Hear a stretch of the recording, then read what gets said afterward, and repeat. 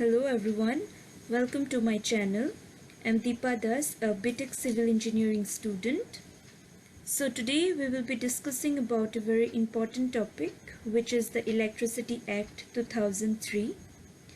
So to learn about this act, please continue watching this video till the end. So let's get started. Okay, so first is introduction.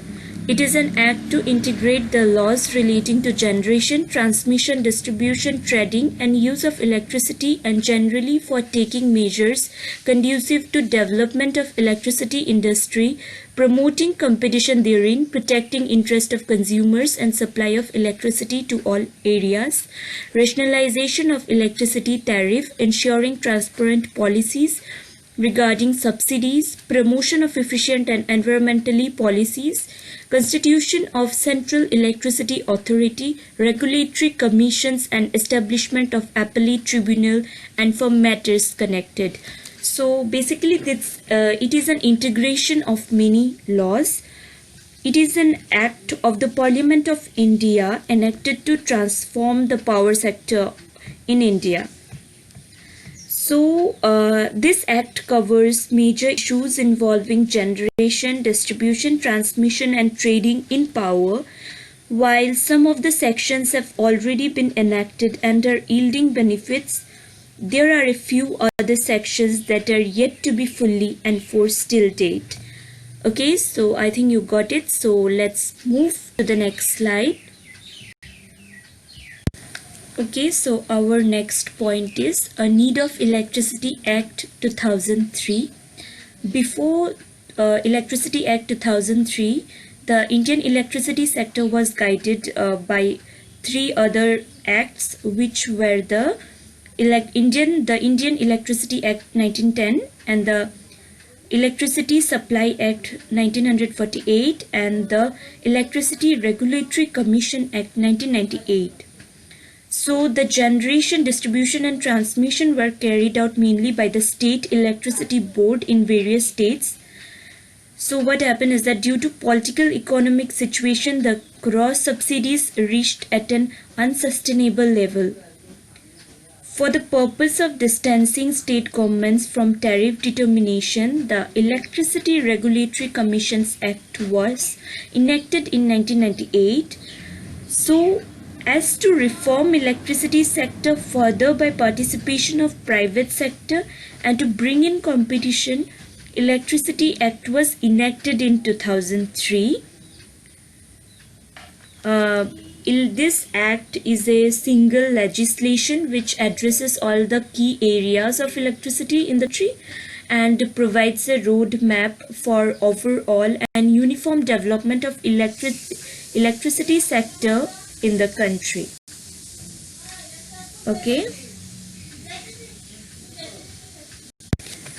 Okay, so the third is the purpose of this act. So we have already learned that this act is an integration of the laws relating to generation, transmission, distribution, trading and use of electricity by taking the following measures. So let's learn about the purposes of this act. So the first one is taking conducive measures to develop electricity industry.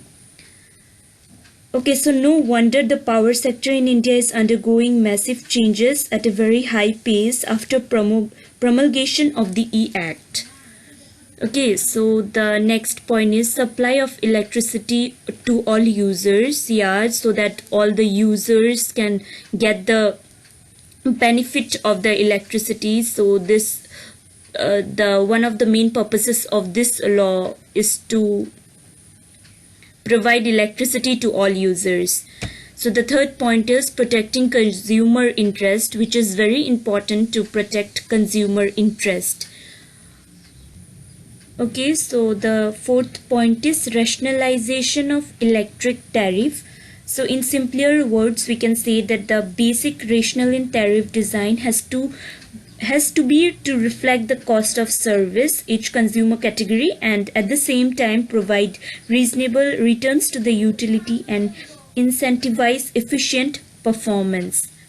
Okay, so the next our fifth point is transparency in policies regarding okay, so it's basically the transparency allows economic actors and trading partners to see how rules are implemented, reformed, and implemented. Okay, so the our sixth point is promote competition in the sector. So we have already learned that the private sector came into play and they bring in the competition. So yeah, it promotes competition in the sector. Our last point is to establish a regulatory commissions and appellate tribunal for electricity. Okay, so the regulatory commissions require the E-Act requires that all states set up regulatory commissions within 6 months of notification of the Act. That is by December 2003. Small states or union territories may set up joint commissions. CRC will have 4 members and an official member, C chairperson. The SRC is not more than 3 members. Okay, so the next is Appellate Tribunal, which is a new entity created by the E-Act. We will learn more about it in the next slide.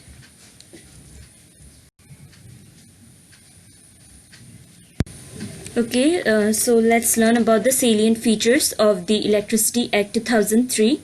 So one thing you should keep in mind that the points which I will be discussing under these features will be the sections of this Electricity Act 2003. So don't forget that they are the sections.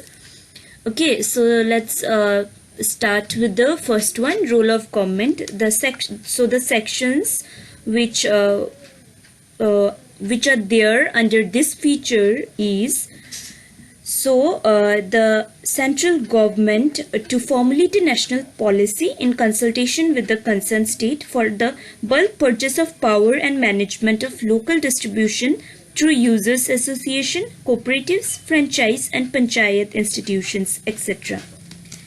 Okay, so then one more section is that central government to notify a national policy for rural areas permitting standalone systems based on renewable and non-conventional energy sources in consultation with states. Okay, so our next point is rural electrification. Okay, so appropriate government to endeavor to extend supply of electricity to all villages or hamlets.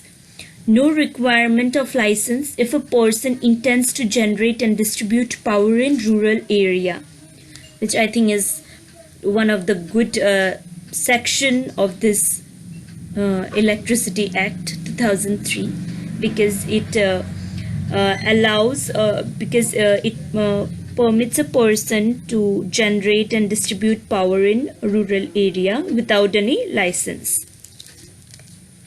Okay, so our next point is generation. So generation free from licensing. Clearance of CA for hydro projects required necessary due to concern of dam safety and interstate issues. Generation from non-conventional sources and or cooperation to be promoted. Minimum percentage of purchase of power from renewable may be prescribed by regulatory commissions. Okay, so the fourth point is transmission. There would be transmission utility at the center and in the states to undertake planning and development of transmission system. Okay, this would generate competitive pressures and lead to gradual cost reduction. And next, let's move to the next point, which is distribution. So distribution to be licensed by SERCs. So open access in distribution to be allowed by SERC in phases. this would give a choice to customer. License obligations to supply. Metering made mandatory. Okay, so metering made mandatory, which is very good. Okay, so let's move to the next point, which is consumer protection. So consumer to be given connection within stipulated time, penalty in the event of failure to give connection, payment of interest on security deposit, no sum due from consumers recoverable after a period of 2 years unless the same was shown recoverable continuously. Okay, so our next point is trading or market development. Trading, distinct activity permitted with licensing. The Regulatory Commission to promote development of market including trading. Regulatory Commission may fix ceiling on trading margin to avoid artificial price volatility. Okay, so our next point is Regulatory Commission or Appellate Tribunal. So State Electricity Regulatory Commission to be constituted within 6 months. Provision for joint commission by more than one state or union territory. Provision for constitution of appellate tribunal consisting of chairman and 3 members. Okay, so let's learn something about appellate tribunal. Appellate tribunal to hear the appeals against the order of CERC or SERC, and also to exercise general supervision and control over the central or state commissions. Appeal against the orders of appellate tribunal to lie before the Supreme Court. Appellate tribunal considered necessary to reduce litigation and delay in decisions through High Court, provide technical expertise in decision on appeals. Okay, so the next is tariff principles. Regulatory Commission to determine tariff for supply of electricity by generating on long or medium term contracts. Consumer tariff should progressively reduce cross subsidies and move towards actual cost of supply. State government may provide subsidy in advance to the budget for specified target groups if it requires the tariff to be lower than that determined by the Regulatory Commission. Okay, so the next point. The next is measures against theft of electricity. Focus on revenue realization rather than criminal proceedings. Penalties linked to the connected load and quantum of energy and financial gain involved in theft.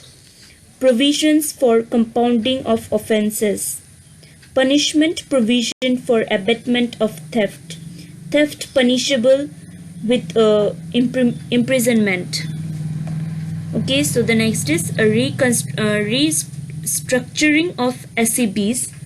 Provision for transfer scheme to create one or more companies from SEB. Provision for continuance of SEBs. States give flexibility to adopt model or path. Okay, so now we have learned all about the features of this act. So let's move to So we have come to an end. Let's see the outline of this act. So basically this act is an effort to enhance public awareness about evolving power sector policy in India. This power sector in India is undergoing massive changes at a very high pace after promulgation of the act. So this act is a very important act for the power sector of our country. Thank you.